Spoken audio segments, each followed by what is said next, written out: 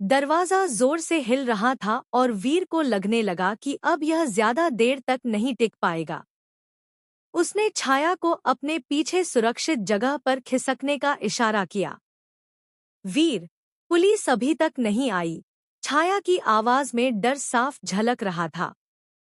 वे आएंगी, वीर ने विश्वास दिलाते हुए कहा। हमें बस थोड़ा और समय निकालना है। दरवाजे पर और जोर का वार हुआ। लकड़ी का एक हिस्सा टूटकर अंदर आ गया। वीर ने देखा कि बाहर दो आदमी थे। उसने छाया से कहा, जैसे ही दरवाजा टूटे, तुम दूसरे दरवाजे से भागना। नहीं, मैं तुम्हारे साथ रहूंगी, छाया ने दृढ़ता से कहा। तभी अचानक बाहर से सायरन की आवाज आई। पुलिस आ चुकी थी। अंदर के लोग सुनो। हम पुलिस हैं। अपने हथियार नीचे रखो। बाहर गोलीबारी की आवाजें आने लगी। वीर ने छाया को फर्श पर लेटने को कहा। कुछ ही मिनटों में सब कुछ शांत हो गया। दरवाजा खुला और अमर सक्सेना स्वयं अंदर आए। वीर, छाया, क्या तुम लोग ठीक हो? वीर ने राहत की सांस ली। हाँ, हम सुरक्षित हैं। बाहर दोनों हमलावर गिरफ्तार कर लिए गए थे। पूछताछ में पता चला कि वे ईशाना के भाई के आदमी थे। ईशाना का भाई? वीर हैरान रह गया। मुझे नहीं पता था कि उसका कोई भाई भी है, अमर सक्सेना ने गंभीर होते हुए कहा।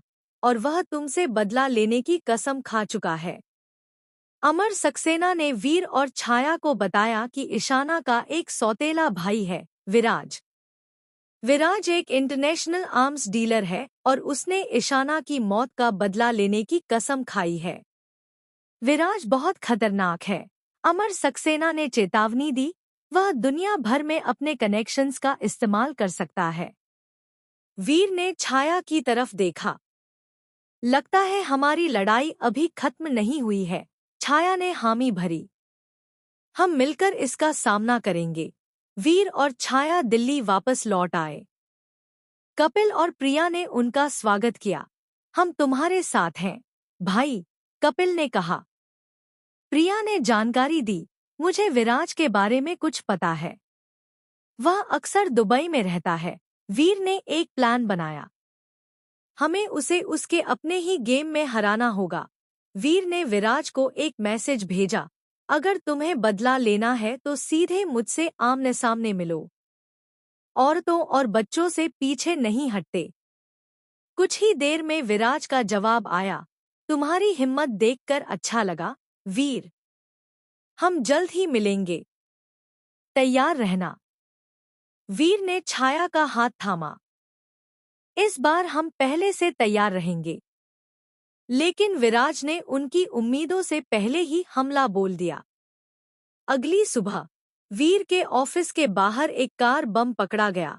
वीर का ऑफिस अभी तक खुला नहीं हुआ था, इसलिए बम विस्फोट में कोई जानी नुकसान नहीं हुआ। लेकिन विस्फोट इतना शक्तिशाली था कि आसपास की कई इमारतों के शीशे टूट गए। यह विराज की चेतावनी थी, वीर ने कहा जब वह मलबे को देख रहा था। छाया ने बम विस्फोट की जांच शुरू की। वीर, यह बम सोफिस्टिकेटेड था। विराज के पास एक्सपर्ट्स की टीम है। अमर सक्सेना ने इलाके को सील कर दिया और फॉरेंसिक टीम को बुलाया। कपिल और प्रिया ने विराज के बारे में और जानकारी जुटानी शुरू की। प्रिया ने अपने पुराने कनेक्शंस का इस्तेमाल किया। विराज के पास एक प्राइवेट आर्मी है, प्रिया ने बताया। वह कई देशों में अपना बिजनेस चलाता है।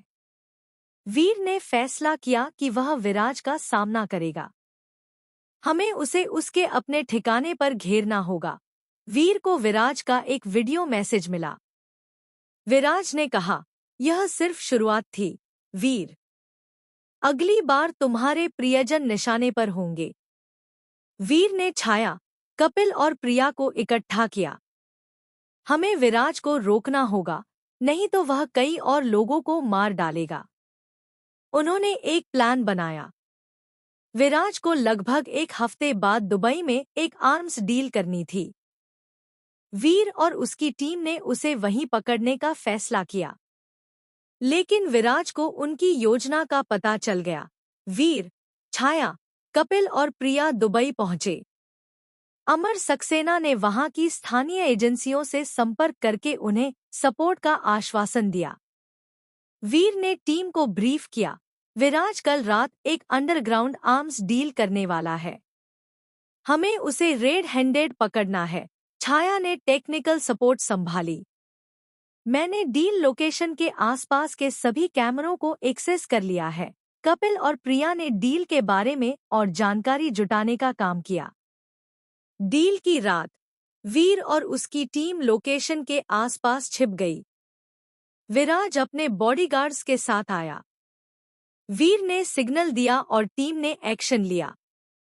लेकिन विराज के बॉडीगार्ड्स ने जबरदस्त फायरिंग शुरू कर दी। यह एक जाल है, छाया चिल्लाई। उसे हमारे आने की जानकारी थी। वीर और कपिल ने जवाबी कार्रवाई की, जबकि प्रिया ने छाया को कवर किया। भीषण गोलीबारी के बीच विराज भागने लगा। वीर ने उसका पीछा किया। रुक जाओ विराज, वीर ने गर्जना की। विराज मुड़ा और उसने वीर पर गोली चलाई। गोली वीर के बाएं हाथ में लगी, लेकिन वीर ने हार नहीं मानी। वीर ने छलांग लगाकर विराज को पकड़ लिया। दोनों के बीच हाथापाई हुई। आखिरकार वीर ने विराज को निष्क्रिय कर दिया। स्थानीय पुलिस ने विराज और उसके साथियों को गिरफ्तार कर लिया। मिशन सफल रहा। लेकिन जेल जाते समय विराज ने वीर की तरफ देखकर कहा, तुम्हें लगता हो तुम जीत गए? यह तो सिर्फ शुरुआत है। दुबई से वापस आकर वीर और उसकी टीम ने राहत की सांस ली। लेकिन विराज का आखिरी वाक्य वीर को सताता रहा। अगले दिन अमर सक्सेना ने वीर को बुलाया। विराज ने पूछताछ के दौरान एक चौंकाने वाला खुलासा किया है। वीर हैरान रह गया जब उसे पता चला कि विराज ने कहा, मैं तो सिर्फ एक छोटा सैनिक हूं। असली खतरा तो अभी आना बाकी है। विराज के मुताबिक एक बहुत बड़ा संगठन है जो दुनिया भर में आतंक फैला रहा है। इस संगठन का नाम है द शैडो सोसाइटी। छाया ने इस संगठन पर रिसर्च शुरू की। वीर, यह संगठन बहुत पुराना और शक्तिशाली है। इसके सदस्य दुनिया भर के ताकतवर लोग हैं। वीर समझ गया कि ईशाना और विराज तो सिर्फ इस संगठन के मोहरे थे। असली युद्ध अब शुरू हो रहा था। वीर ने टीम को इकट्ठा किया। हमें इस शैडो सोसाइटी को खत्म करना होगा, नहीं तो यह दुनिया के लिए बहुत बड़ा खतरा बन जाएगा। कपिल और प्रिया ने भी हामी भरी। छाया ने तकनीकी तैयारियां शुरू कर दी। लेकिन तभी वीर के फोन पर एक अजनबी नंबर से मैसेज आया, हम तुम्हारी हर मूवमेंट पर नजर रख रहे हैं।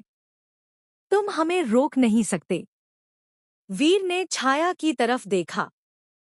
लगता है यह हमारी सबसे बड़ी लड़ाई होगी। शैडो सोसाइटी कौन है? क्या वीर और उसकी टीम इस शक्तिशाली संगठन का सामना कर पाएंगी? अगला खतरा कहां से आएगा? अगले एपिसोड में शैडो सोसाइटी का पहला हमला और वीर की नई चुनौती।